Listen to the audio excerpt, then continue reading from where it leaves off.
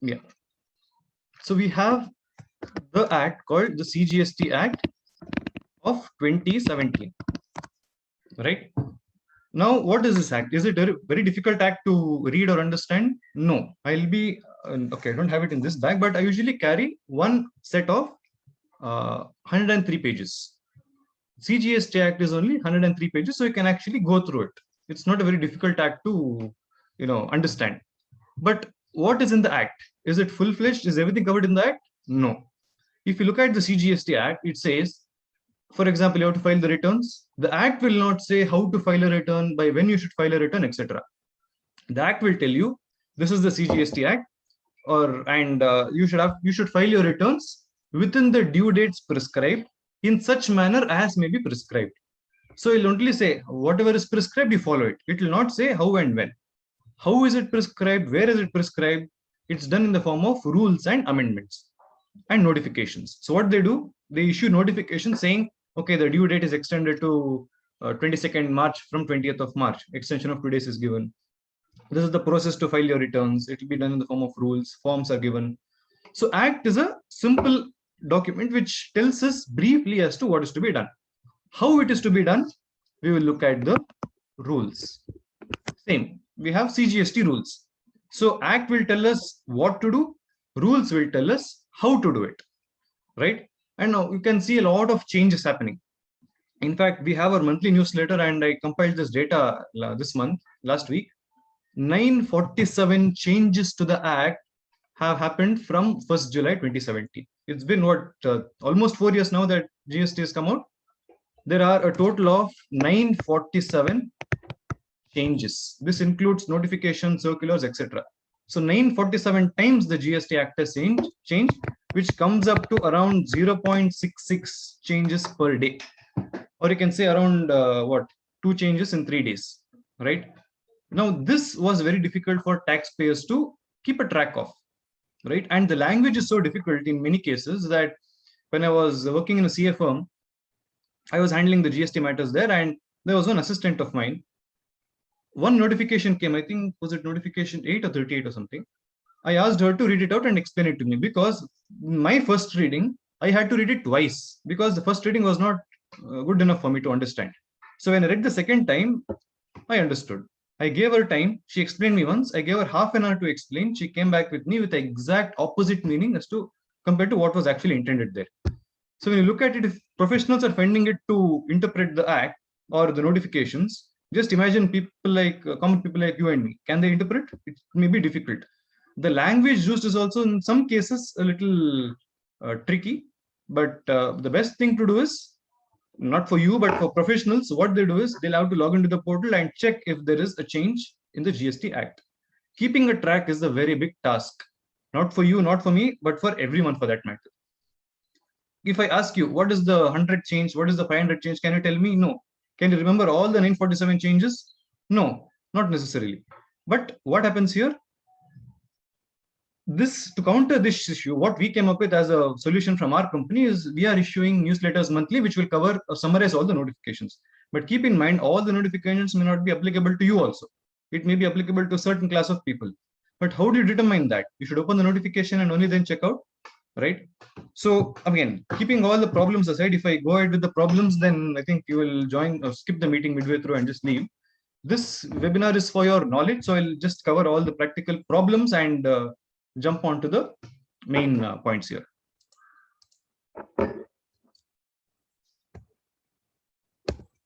Let this page go away. I'll start from scratch.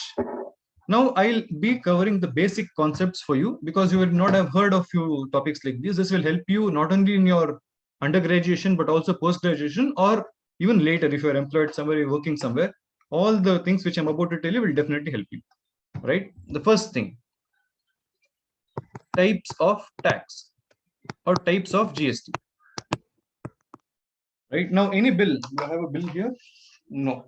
Any bill, if you see, there'll be something called as taxable value. One thing called as taxable value, and then something called as tax, and then we have invoice value. What is taxable value? Value is determined or explained separately in the act separately. Tax, how is tax charged, is written separately. What is invoice value is nothing but your taxable value plus tax will be your invoice value. Basic concepts to begin with, right? Now, in GST, why did this part play a significant role?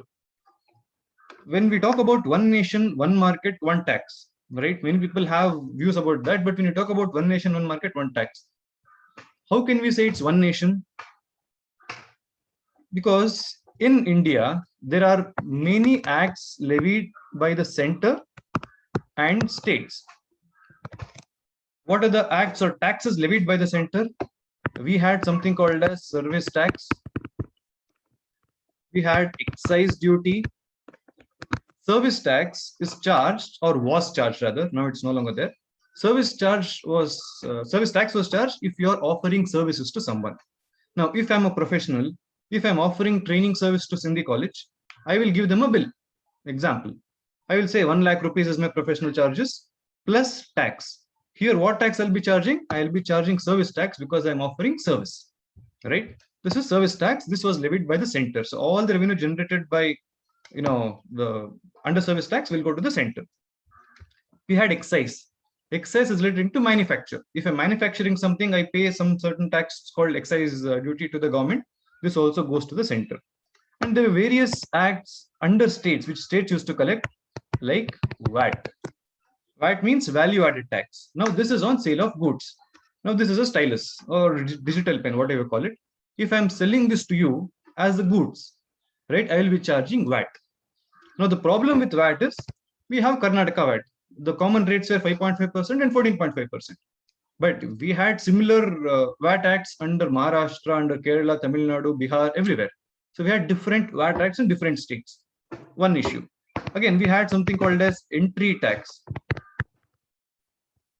Entry tax was charged by certain states. If goods had to come in, they had to pay entry tax to that state, and then the goods were, sent inside. So these are the main acts which were, there. What happened here under GST is most of these acts are now cancelled, or we can say subsumed under GST. As in, now we don't have service tax anymore. We don't have excise. We don't have VAT. We don't have entry tax. We don't have entertainment tax. Nothing. We have one GST. This is the logic which supports the tagline of the government, which says one nation, one market. Why one market? Because if I had a registration in Karnataka VAT, this is not the same registration like Mumbai VAT, because there are two different acts altogether governed by two different states. I had to pay taxes to two different states. But now, because this is no longer there, we don't call sale of goods, offering of services, manufacture, nothing. We don't call any such thing in GST. We use one word called supply. Right? What is supply? Supply is not defined in the GST Act. Right? It is not defined. But what is the meaning or definition or line say about supply? It says supply includes. It's not say supply means. It's not defining supply, right? It's saying supply includes this. So supply includes sale, exchange, barter, leasing, rental, all that. Right? So one word, new word introduced here under GST is called supply. We don't use sale of goods, sale of supply. Supply may be offering services. If I'm offering training program, I'm saying I'll take supply of taxable service. If I'm selling this pen, supply. If I'm manufacturing, supply. So supply is the term which has replaced your excise or sale of goods or offering of services or manufacture. We have one word called supply, which is common for all. So now we don't have service tax, excise, VAT, entry tax, etc. But what do we still have? We still have your road taxes, your taxes on immovable property, etc. Because that is governed by the states. States did not want to let go of their big share of revenue, your alcohol, etc. So it's not coming under GST yet. So under GST, other than your alcohol, for alcohol for human consumption, that is your vehicle tax, your immovable property taxes, etc. Property tax, it is not subsumed under GST. Everything else is. So what we'll be doing is after this webinar today, I'll be sharing with you a simple document as to what we have covered today in the form of a PDF, right? I'm writing everything on screen now, but whatever is written, I'll type it, or I have most of the stuff ready with me. I'll just compile it and send it with you as a reference document. You can actually have a look at it for your future references also. Right, first part is over. Now, other things to note. I'm still in basics. I have not gone to the advanced level yet.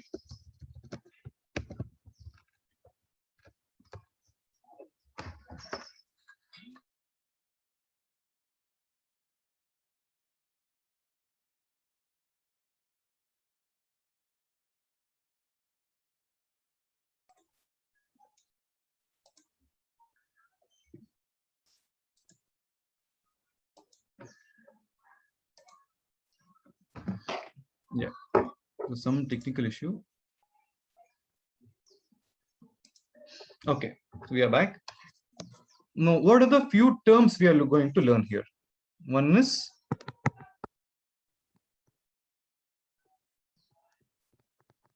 taxability, right? We have one thing called taxability. We have ITC. What is ITC? We have something called as RCM, or also called as reverse charge mechanism. ITC is input tax credit. We have output tax, which we'll learn with taxability itself, right? We have so many basic concepts with this. Along with this, we'll look at something called as returns, supply, and it has 3 categories under it. So we'll be looking at all these to begin with. First, taxability. When is GST charged? Who should charge GST? Right? I'll be explaining with a lot of examples. First,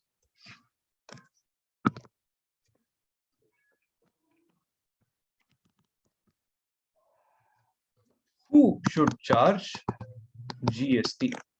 Now, assume I'm doing a paid service here.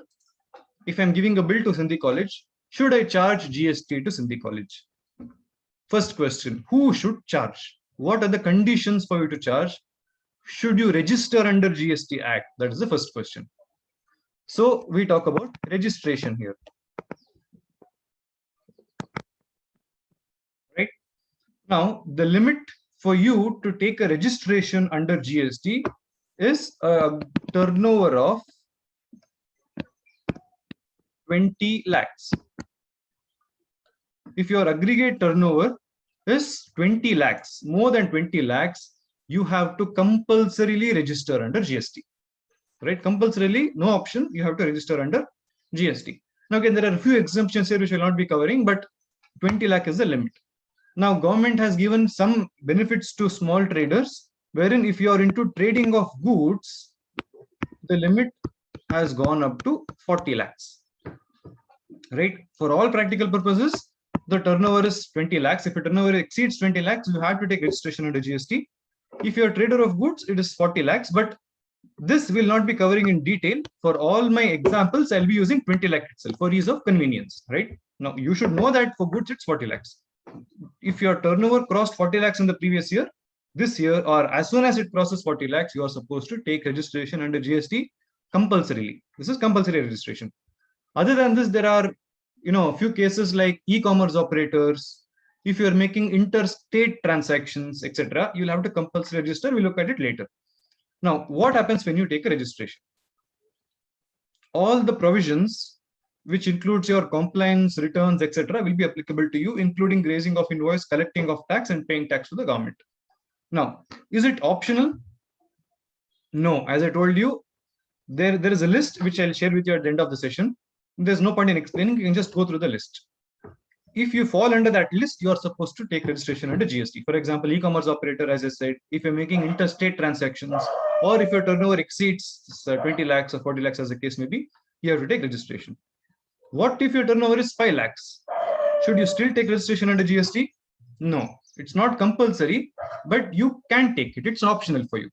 But once you take registration under GST, all the provisions will apply as if your turnover exceeds 20 lakhs, and all the provisions which had applied to you, it will apply to you even if your turnover is 5 lakhs and if you take a registration.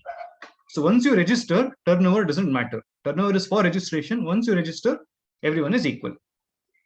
So if my turnover is say 6 lakhs or 7 lakhs, I can still go ahead and take a registration under GST, right? Now, how will the GST number look? The first 2 digits will be your state code. If you look at any GST number, the first 2 digits you see will be your state code. Now, state code is given from top to bottom, as in the order, starting from Jammu and Kashmir, ending from north to south. In that order, state numbers are allotted already. So Karnataka state code is 29. So if you're taking a registration in Karnataka, your state code will be 29. Your first 2 digits of your GST number will be 29. Next, your PAN. For example, AAACA1111A. Your next 10 digits will be your PAN number. So you would have understood by now that your GST number is PAN based, right? Because if your GST number has your PAN in it, that means without PAN, you can't have a GST number. So PAN is compulsory for you to take a registration under GST. Next digit will be 1, 2, 3. This is a number. This is basically number of entities or number of registrations under the same PAN. So I'll say, I'll explain this to you. Number of entities under same PAN or number of registrations under the same PAN. Your 14 digit is Z by default. 15 digit is alpha or numeric. It may be any alpha or numeric. Now, what are number of entities here? Assume I have a PAN. I have one company and I have 2 branches in Bangalore itself, or 1 branch in Bangalore, 1 branch in Mysore. I can take a separate registration for Bangalore branch, separate registration for Mysore branch. But both come under the same PAN, right? My company PAN is 1. I can't have 2 company PANs. If this is my company PAN, if I have 2 registrations, but because it is PAN based, because GST number is PAN based, your first entity or first branch will get number 1, second branch will get number 2, because 29 is same Karnataka, same state, right? Your PAN is same PAN of the company. Number of entities or number of registrations under the same PAN, this is the number. So if you have 5 registrations, this will be 1, 2, 3, 4, 5. Your first 12 digits will be same. Your 14 digit will be by default Z. 15 digit will be alpha numeric. Now, if you have a PAN already, or I don't know if you are old enough to get a PAN, but if you have a PAN now, you will have 10 digit PAN. Even before you apply for your PAN, you will have 14 digits of your GST number ready. How? If this is my PAN, right? 29, I'm in Karnataka, so 29 first 2 digits, then PAN will be next 10 digits. I have only 1 registration, so 13 digit is 1, 14 digit is Z. 14 digits of your 15 digit GST number will already be known by you before you even take a registration. The last digit will be like a surprise for you. It's like a random number, alpha or numeric. This. Now, next question, important question for you to ponder. I have a company, right? One company. I'll say company A. I have 1 branch in Bangalore, 1 branch is Mysore, 1 branch in Chennai, 1 branch in Mumbai, and 1 branch in Pune, I can say. Right? I have 1 company, and the PAN of this company is this: AAACA1111A. Random. Now, I'll go deviate a bit and explain you how to identify what type of person just by looking at the PAN. For most of you who don't know this, if this is your PAN number, your 4th digit of your PAN number will tell you what type of taxpayer you are. If it is P, that means you are an individual person. If it says C, you are a company. If it's a firm, if it's F, it's a firm. You know partnership firms, right? You have in your account syllabus. P is individual, C is company, F is firm, H is HUF, Hindu Undivided Family. So if your 4th digit of your PAN, this is not GST, this is nothing to do with GST. If your 4th digit of your PAN is either of these, you can get to know what type of person is this. Now, I wrote AACA1111A. The 4th digit is C, that means you can say this is a company's PAN, right? So 5 digits will be in alpha, 4-digit numbers, and then 1 alpha. This is how your PAN works. This was a small deviation, but again, coming back, company A has one registration. Obviously, it's registered under one PAN in India, but it has 5 branches, 2 in Karnataka, that is one in Bangalore, one in Mysore, one in Chennai in Tamil Nadu, one in Mumbai, one in Pune. How many registrations should I take? Can I take one registration for all 5 branches? The answer is no. Why? Because the first 2 digits of your GST number, what are they? I wrote 29 some time back. What was 29? 29 was Karnataka's code, right? Karnataka state code was 29. Can I use this code in Chennai, Mumbai, or Pune? No. Why? Because this is Karnataka's code. If I am taking a registration in Karnataka, the first 2 digits or the state code of that state will be applicable here.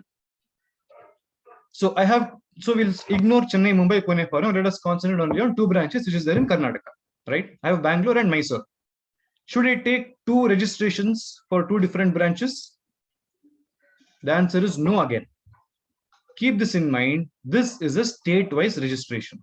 GST number is state-wise registration. So what happens here? Even if you have 100 branches in the same state, you will have one GST number for all the branches. So 29. What are the next 10 digits? Company's PAN. AAA. CA 1111A. Right? I have one registration. So 13 digit will be 1 ZR, for example. This will be my PAN or GST number in Karnataka. I may have a branch in Bangalore, Mysore, wherever it is. All the invoices will have this name. I will have one GST number for all the branches under the same state. But I can choose to take separate registrations also if it is distinct. I can take one for Bangalore, one for Mysore. But practically speaking, it is not advisable. You can have one registration for the entire state, right? Next, moving on to Chennai or Mumbai, Pune. Can I use this number here? No. I'll take a new registration in Chennai. Wherever I have a place of business, I will have to take a separate registration in that state and I'll get a separate GST number for Chennai. One GST number there. Next, Mumbai and Pune. There are 2 branches in 2 different cities in Maharashtra itself. So I'll have a separate GST number in Maharashtra for these local transactions. So Maharashtra state code is 27. What will be the next 10 digits? PAN, same. AACA 1111A, followed by 1 Z, some C, whatever it is, random. Last digit will be random. So if you look at these, the difference between Karnataka's GST number and Maharashtra's GST number, except for first 2 digits, which is your state code, and the last digit, which is a random number, everything else is almost same, right? Unless you have more registrations in the same state, this number will change. So this is how it is. Even if you have hundreds of branches in the same state, all the branches will have one registration under that state, right? Okay, moving on now. What are the types of taxes to be charged? You would have heard of something called as CGST, SGST, right? You would have heard of this. You take any random bill, GST invoice, you will see taxable value, CGST some percent, SGST some percent, and total value or invoice value. When will you charge CGST and SGST? What is CGST, SGST? What is something called IGST? What is something called UTGST? We'll look at it in the next 2 minutes. CGST means Central Goods and Services Tax. This revenue will go to the center, right? This is Central Goods and Services Tax. This is State Goods and Services Tax. This is integrated. IGST means Integrated Union GST. UT means Union Territory GST. Now, we can make a note if you want. If you are in the same state, if you are in Karnataka, for example, you are having intra-state supplies. Intra-state as in within the same state. I am selling from Bangalore to Bangalore, Bangalore to Mysore, Bangalore to Gulbarga, or Mysore to Udupi, or Mangalore to Davangere, wherever it is. If the transactions are happening within the same state, then I will charge both CGST and SGST. Both CGST and SGST will be charged. How will it be charged? If in the first case, this is the first scenario, right?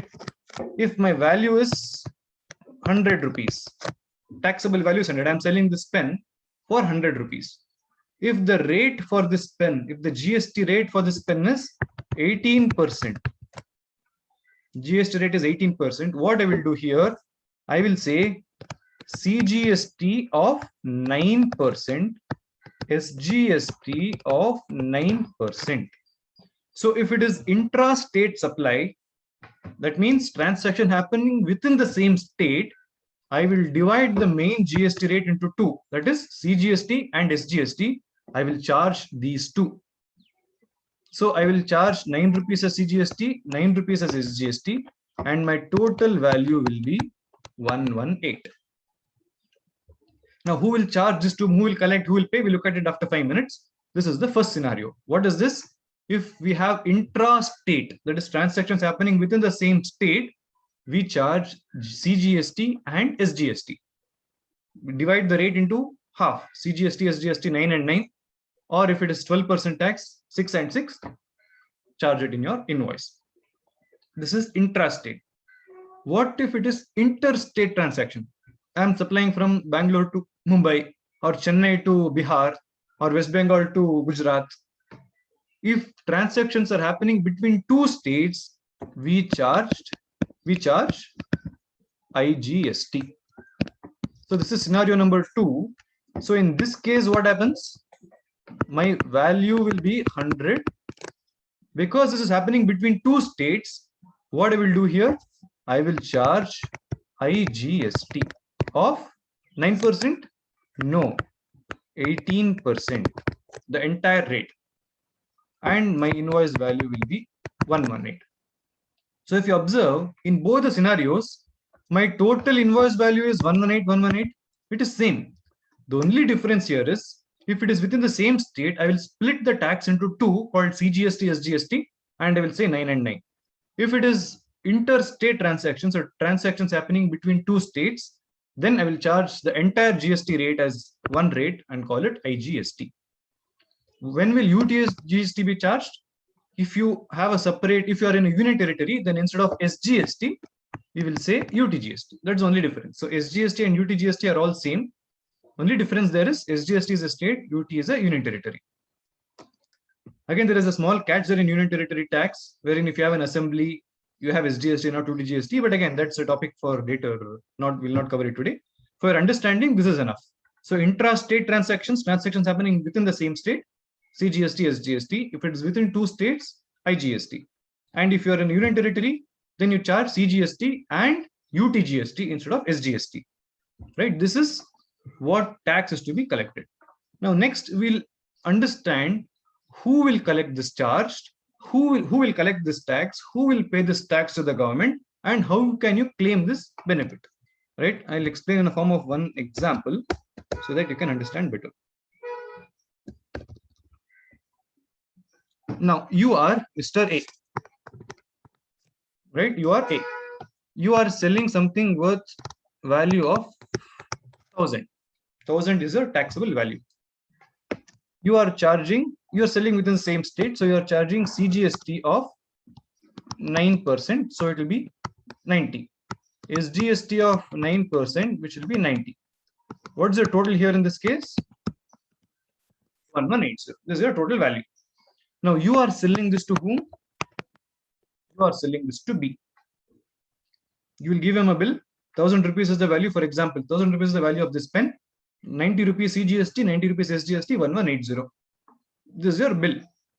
Now you will give this bill to B. You are selling this to B, you are giving this bill to B. Now B will pay the money to A. Simple transaction. You are selling to B, B will pay you the money. Now how much will he pay you? Will he pay you 1,000? Will he pay you 90? Will he pay you 90? Will he pay you 1180? How much will he pay you? he will pay the entire amount to you. So B will pay entire 1180 to A. Can A take that 1180, keep it in his pocket and forget? No. Why? Because this 1000 rupees value of goods is pertaining to this pen. What about this GST? Does this money belong to him? Belong to Mr. A? No, this is the tax amount which goes to the center or which goes to the department. I'll not say center here, it goes to the department. Is it your money? No. So what is happening here? You, Mr. A, you are selling goods, you are collecting the money, including tax, and keeping it with you. Once you collect the tax, you will pay this tax to the government on behalf of B. So if you observe here, B is not paying tax to the government directly. Did B pay tax to the government? No. B paid tax to you, Mr. A. A will pay this tax to the government on behalf of B. This is why GST is called as indirect tax. Now, debating for 30 seconds. What is direct tax? What is indirect tax? If you pay the tax amount directly to the government, it is direct tax. Simple. If you pay it indirectly, it is indirect tax. Now, I have earned income. I earned 15 lakhs this year. I will have to pay income tax on it. I will pay directly to the government. This is direct tax. Take this example. A sold goods to B. B paid the money to A, including tax. B paid the tax amount to A. A paid the tax to the government. So indirectly, who paid? B paid. Whose money reached the government? B's money reached the government. So indirectly, B paid to the government. That's why it is called as indirect tax, because B is not paying directly. He is paying through the seller. Seller will pay to the government. So indirectly, tax is being paid to the government by the customer. That is B. That is why it's called as indirect tax. Now, how much should A pay to the government? In this case, A should pay 90 under CGST, 90 under SGST to the government. Saying that I've collected this tax from B, I'll be paying it to the government. This is the computation. So when he pays, I'll say computation of tax payable here. Right? First thing, output tax. Now, what is output tax here? Output tax is basically your sale. Output means your sale. Your goods are going out, so you call it output. Or service, you're offering services, that is called as output. The tax you collect when you sell your goods or when you offer services, that is called as output tax. Now, in this case, this selling of this pen from A to B is output. The tax he collected from B is output tax. This output tax has to be paid to the government. Now, even if you forget the terms here, understand the logic here. So what is tax? A collected the tax amount from B, he will pay to the government. That is called as output tax. So he should pay all the taxes separately. CGST separately, SGST separately, IGST separately. SGST or UTGST, whatever the case may be. So here, he will pay 90 rupees under CGST, 90 rupees under SGST, which A collected from B and paid to the government. So he will pay a total of 90 and 90, total of 180 to the government. Did he make a loss? No, it's not his money. He collected from B, he paid to the government. For A, no profit, no loss. Right? Moving on to next scenario. You are B now. You were A, now you are B. You are selling goods to C. You are selling goods to C. Now you are charging 1,500 for the same product. You bought it from A for 1,000 rupees. You are selling it for 1,500 rupees. You will also have to charge CGST, SGST here. Yes. How much will you charge? Same, 9%, 9%. So what is 1,500 into 9%? I think it comes down to 4590, 135, if I'm not wrong. 135, 135. So you get some total here. How much is it? 0771. I hope this is correct. If there is any mistake in the calculation, you can ignore. So this is the total invoice value. Who is collecting this money from whom? B sold this to C. So C will pay this money to B. Yes. So this tax money, who is paying eventually? C is paying to B. B will pay to the government. Yes. Now, what we'll do next? Tax payable again. Computation of tax.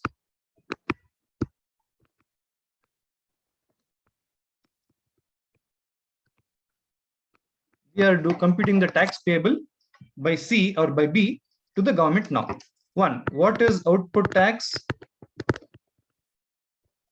CGST, SGST, IGST. What is output tax here? The tax which he has collected through his sales. How much has he collected now? 135, 135, right? So output tax is 135, 135. 135 CGST, 135 SGST, B collected from C. C has paid that money to B, right? Now, he should pay this tax to the government on the same product. We are Mr. B now. We bought this pen from Mr. A. We sold the same pen to Mr. C. We are some sort of traders, right? Now, A charged us 90 plus 90. We paid the money to A, it went to the government. We sold this to C. Now, C paid us 135, 135, 270 rupees. We should pay this to the government. Now, if you observe here, whose tax payable are we computing now? B, right? We are Mr. B here. Has Mr. B already paid any tax directly or indirectly to the government pertaining to this transaction? Has B paid any tax to the government? Yes. Where did he pay? If you observe, this 90 and 90, what was the transaction? A sold this pen to B. B gave the money to A. For this product, B already paid 90 and 90 to the government indirectly. B paid to A paid the government, telling B's name. I collected it from B, I'm paying it to you. So has B already paid? Has he paid some money to the government? Yes. What is that? 90 and 90. So the tax which you have already paid to the government, you can take that benefit here. What did I say? If you've already paid tax to the government on this product, you can take the benefit here. What does that mean? ITC. ITC means input tax credit. Now, what is input here? I told you output means your sale. Input means your purchases. That means if you are purchasing anything, that is your input. What is input tax? Input tax means the tax you paid to your supplier when you purchased. You purchased, it is input. You purchased, and the tax you paid when you purchased, that tax is called as input tax. What is input tax credit? Credit means benefit given to you. So on that input, that is on that purchases which I made, I paid some tax.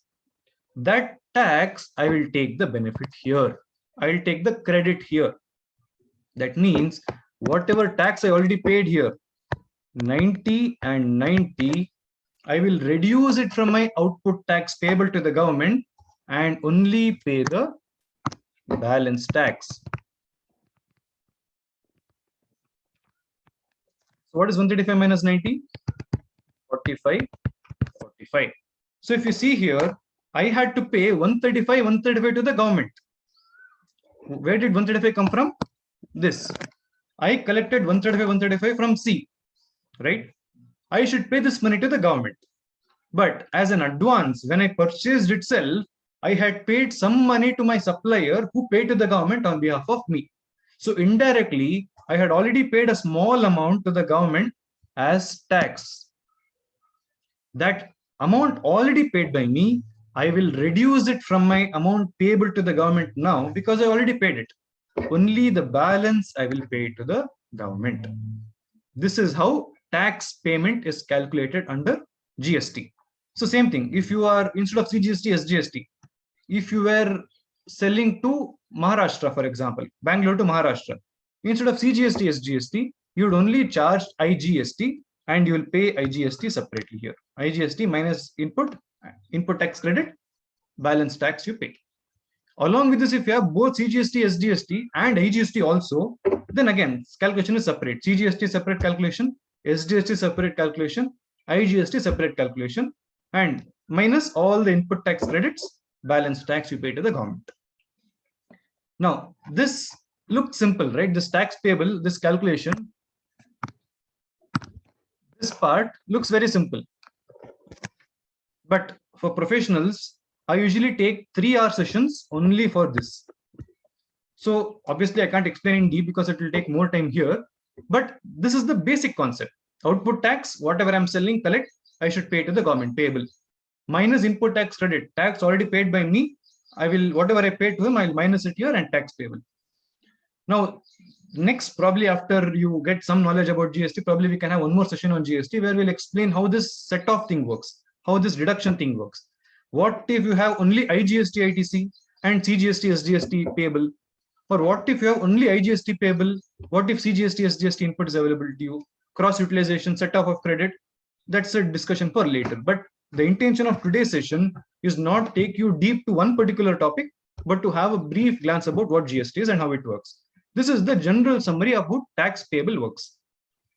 If you are a seller, if you are Mr. B in this case, quickly summarizing this example, you are selling goods to B, or you are selling goods to C, C, D, E, F, whomever you are selling to. The total tax you have collected from your sales will be your output tax payable to the government. This one, output tax payable, minus input tax credit. When you purchased, what tax you have paid to your suppliers, which eventually suppliers will pay to the government. What tax you have already paid to your suppliers, that credit when you take, reduce it, the balance amount you get, you pay as tax to the government. Now, again, there are various returns for you to file. One is GSTR 3B, which is a monthly or quarterly return depending on your turnover. We have GSTR 1, where you will give your sales details to the government. But we will not cover all this because you will not file your returns anytime soon. You should know that there are mainly 2 types of returns. This is where you pay the tax. This is where you give your sales details. As an invoice-wise details. If I have sold goods to 100 people, all the details should be given here. Breakup of all the details should be given in GSTR1. 3B is where you pay tax and give your summary. Total of output tax, total of input tax, and balance. For example, here, I will say output tax is 135, 135, input tax is 90, tax payable is 45, 45, and you pay that tax to the government. This happens in GSTR 3B, right? Now, what type of tax or what transaction we explained now? I am selling goods to you, right? Who should pay tax to the government in this case? Let us take this example of B, right? B is selling goods to C. Who should collect tax? B should collect tax. I am the supplier. I am selling it to you.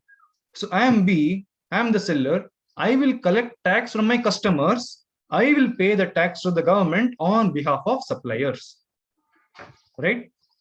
This concept is called as forward charge. So what is this? Normal transaction. I am selling goods to you. I will collect the tax from you. I will pay the tax to the government on behalf of you. This is forward charge. What we explained till now is forward charge. There is one more thing called reverse charge mechanism. What is reverse? Reverse means ulta, opposite, right? So in this case, under reverse charge mechanism, A is the seller, B is the buyer. Now A sold goods to B. A sold goods to B. So in this case, logically speaking, under normal situation, 100 rupees is the value, tax is say 18 rupees, total is 118. Normally what A should do in this case, this I'm talking about normal situation. Under forward charge, what happens? A will collect 18 plus 100, 118. A will pay this 18 to the government, saying B's name.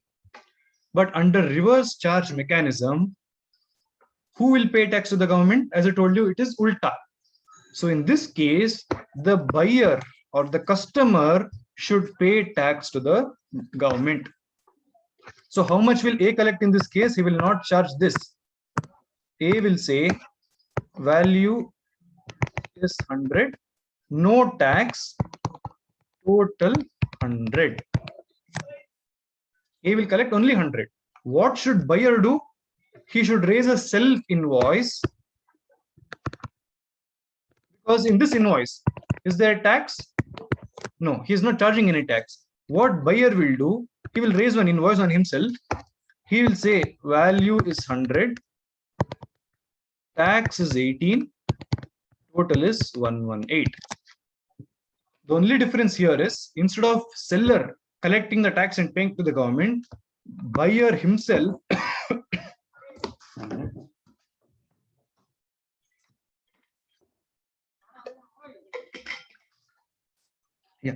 in this case, the buyer himself should ascertain the tax, calculate the tax, and pay to the government on his own. This concept is called as reverse charge mechanism. Now, it's not applicable to common people like you and me. There's a specific list given wherein only those people, for example, legal fees, legal charges. If in case of lawyer and a taxable person and a lawyer, so if lawyer is offering his service to a taxable person, then instead of lawyer paying tax for his duties, that company will pay tax to the government. So no need to go through it in detail here. The concept is simple. Forward charge, normal transactions, what generally happens in the world. Reverse charge, in specific cases, the buyer should pay tax to the government instead of the seller. Very few cases. I'll share the list with you if you want, or you can get it online, where reverse charge mechanism, or also called as RCM, is applicable. Right? This was about forward charge and reverse charge. Now, what have we missed here? We covered taxability, that is more than 20 crores take registration, but keep it in mind when I say 20 lakhs here, so 20 lakhs. For special category states, the turnover is 10 lakhs. That is, there are certain northeastern states, small states. If you are there, this 20 lakh limit will come down to 10 lakh. Now, this will be in your books. You can just have a look at it. But I just wanted to convey the main point here. We looked at what is ITC. What is ITC? I means input, your purchases. T means tax, the tax you paid when you purchase something. C is the credit. I'm reducing this tax amount from my output tax payable. From my output tax, whatever I was supposed to pay to the government, I will reduce this ITC, pay the balance to the government. Reverse charge mechanism we saw. Returns, without going in detail, there are two types of returns. I told you, GSTR 3B, which is paid usually monthly. Now they have come up with a quarterly scheme. GSTR 1 is again monthly or quarterly depending on turnover. If your turnover is less than 1.5 crore, you have an option to file quarterly. More than that, compulsory monthly. Let us not worry about that. Registration. Because we have only 4 minutes left in the session, I'll only briefly tell you about supply and when, at what point of time should tax be charged. That will be the final discussion for today, quickly. This covers the entire logic. Supply explanation in the next 3-4 minutes will cover the entire logic of how GST works. One is, who? Do we know who should collect? Yes, registered person, compulsory registered person, and all that. Who should collect tax? If you are registered, you should collect tax and pay to the government. Now, supply. When should you raise an invoice, or when is it called a supply? Here we have one concept called time of supply. I will not be covering this in detail, but there are conditions. If it is this, then bill of date of invoice or date of payment or date of that, whichever is earlier, 30 days, 60 days. There are a few criteria here. So depending on that, time of supply will be, for example, I offer service to a good company today. I am supposed to receive 50,000 rupees from them. I will not raise an invoice. They will not pay me yet. I will raise an invoice after 1 year. But is it permitted as per law? No. We have conditions like date of actual transaction, date of invoice, date of payment, if any, or 30 days, 60 days. There are some restrictions. If I don't issue an invoice also, by default, the time of supply will be decided. So within 30 days, I should raise an invoice. Again, we'll not dig deep, but there's something called as time of supply. Next, where or what tax? Should I charge CGST, IGST, or SGST? What tax should I charge? This will be based on place of supply. We discussed, right? Karnataka to Maharashtra, Chennai to Mumbai. So depending on where the supply is happening, where is it starting, where is it ending, right? GST is called as destination based tax. You would find that in your books. Destination based tax, because where is it eventually ending? That will be considered to determine should you charge CGST, SGST or IGST. So place of supply. Next, we have on what should I collect tax? What is the value? For this, we have one chapter under GST called as value of supply. So for a transaction to be complete, they'll have to look at each thing. First of all, to check if you're registered, then all this will apply. When should I raise an invoice, or when a transaction is said to be complete? Time of supply. What tax should I collect? Place of supply. Again, two states, same city. Depending on the place of supply, I'll determine what tax to collect. On what should I collect? For example, if this is 1,000 rupees, value of this pen is 1,000 rupees. I'm also collecting transportation charges from them. For example, I'm saying 100 rupees as transportation charges. This pen comes in this box. So this box costs 20 rupees. So I'll charge 20 rupees also. So should I charge the GST eventually on only this 1,000, or 1,000 plus 100 transportation, or 1,000 plus 100 plus is 20 packing, or only 1,020? This will be explained in value of supply, as in what will be your eventual value of supply. So when you consider transaction, all these things will come into play. When should I raise an invoice? Time. When did the supply happen? Supply may be sale of goods, offering of services, whatever it is, I told you. Where? That is place of supply. What type of tax to charge? On what? Value of supply. So again, if given a chance, I can go on and on and on, because to be fair, I just calculated last month, because we are planning to come up with a GST certification course. We had to have 39 hours for a normal person with some knowledge to understand everything about GST based on our schedule. So 38 hours actually, 38 or 39 to understand everything. So in 1 hour, it's impossible for you to know everything on GST. That is the reason I covered only what is relevant to you. Now, when you open your books and open your GST chapters, instead of, I think I can give this example to you, because my teachers are right here. I can see many teachers here on screen. I can see Padma Priya ma'am here, CB ma'am here, Gayatri ma'am, Ananta sir. Even though Ananta sir was not my teacher because I took Sanskrit, but we have very good rapport. Even he welcomed me to the webinar even before it started through a message. I can still quote an example. In my first PUC, I did PUC and degree, 5 years in this college. Padma Priya ma'am took accounts, right? First class in accounts. I'm sitting. I can have a textbook in front of me. She's saying debit, credit. I was wondering, debit, credit, did I make a mistake in selecting commerce? I should have gone back to science, right? That was my mentality, because I didn't know anything about accounts. When you hear debit, credit, that ledger, transaction, journal, all that, I thought anyways I'm going to fail in accounts, so just give it a try. But what happened eventually, I got 100 on 100 in accounts, first POC. But that was because of other aspects. But here, when you direct, my example, why I told that was, when you directly open a GST book, when you see supply, what is this time of supply, place of supply, registration, ITC, you will not find interest to study. Now that you have some basics, when you open ITC chapter, section 17.5, block credits under input tax credit, you can think back as to what was explained in that webinar, or what little knowledge you already have. You can relate that easily and you can study well. That was the intention behind having this webinar, as to cover everything, but in bits, as in what is only required, what is only relevant to you. So I think I have covered what is relevant to you in today's sense, because you are still young and you don't have much knowledge, prior knowledge about GST. So I think I have transferred the basic working knowledge for you, so that you can take it to the next level yourself. I think I'll conclude by saying that. I think I'll hand it over to the organizers. Or if you have anything, you can ask me. If you have any questions, queries, you can ask me. We'll have a discussion and sort it out. Thank you, Seshank. Actually, we also got, basic knowledge what is GST, what we are paying, how much it is going to central hand, And who's paying? I thought, okay, the whatever I'm paying, the shopkeeper is taking and keeping in his pocket. That's what my idea was. I got a bit knowledge about, like, okay, who's paying, where it is going. Thank you so much for that. Thank you, Shashank, for your thought-provoking and interesting presentation about GST. I now request Professor Pallavi to address vote of thanks. Excuse me, Shashank, can you? I'll stop. Yeah.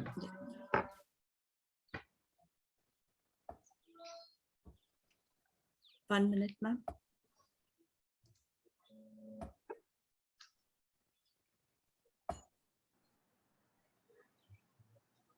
Hare Krishna, everyone. It is indeed a delight to see my student and an alumni of Sindhi College addressing you all this morning. And I must have welcomed you initially, but all thanks to the organizers back there who had the control system, who had put me on mute. Sometimes it's important that the principal is on mute. So I was trying to say hello to you, Shashank, and then welcome you on board. Nevertheless, you ensured, as always, that you've passed on all the knowledge that you have in this limited time edition. I must tell you, taxation as a subject itself is something that leaves us all with we shrug under a lot of fear. But after having listened to you, I personally feel that it's amazing to have a person so well informed about taxation, and it's so motivating to learn about such a complicated subject from an expert like you. Having said that, I would like to share one important thing about Shashank to all of you here uh, who've known him as an expert in taxation and GST, who's just spoken elaborately with his profound knowledge. He was just not one person who was uh, always, studious in the class. He was an all-rounder. And I have worked with him personally at various levels and organizing events, and he's also been the vice president and cultural secretary throughout his stay at Sindhi PU College. So, so Forgot that to is mention something. president there. Yes, president as well. You have taken on these responsibilities along with academics. So this goes out to prove that it's just not about books, and learning. And for one to have a holistic development of self, it's important that you keep yourself engaged in all the things that happens around you. So it was always a delight to have a student like you. And I remember that you would always say, "Please excuse me, the first hour, ma'am. I sleep late, but I will not be able to attend the first hour." I Are think you that still trend late? is still continuing. So Oh my God. some habits can't be changed easily.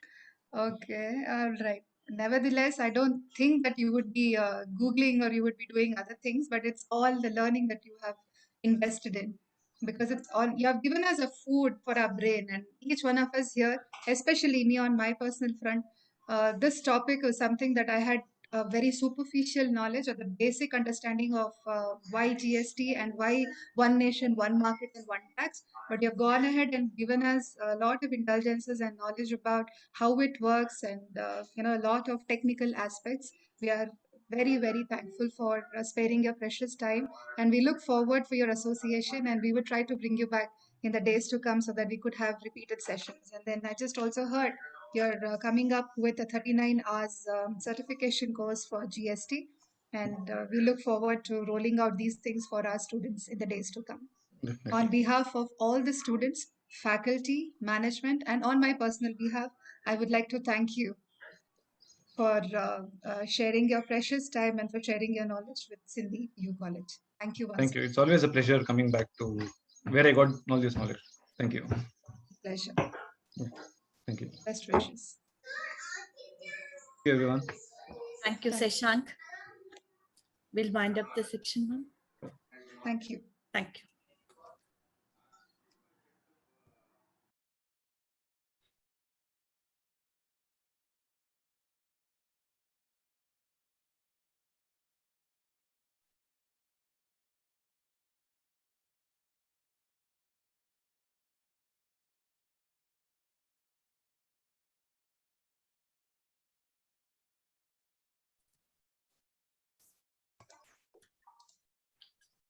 Okay, Pallavi, quickly we'll coming continue back with for a the minute. Quickly coming back for a minute. I missed to read few comments in the chat.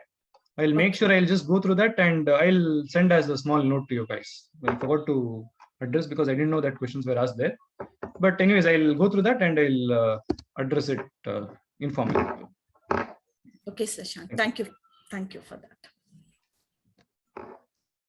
Okay, we'll wind up for this session. Pallavi ma'am, we'll continue with the third hour, ma'am.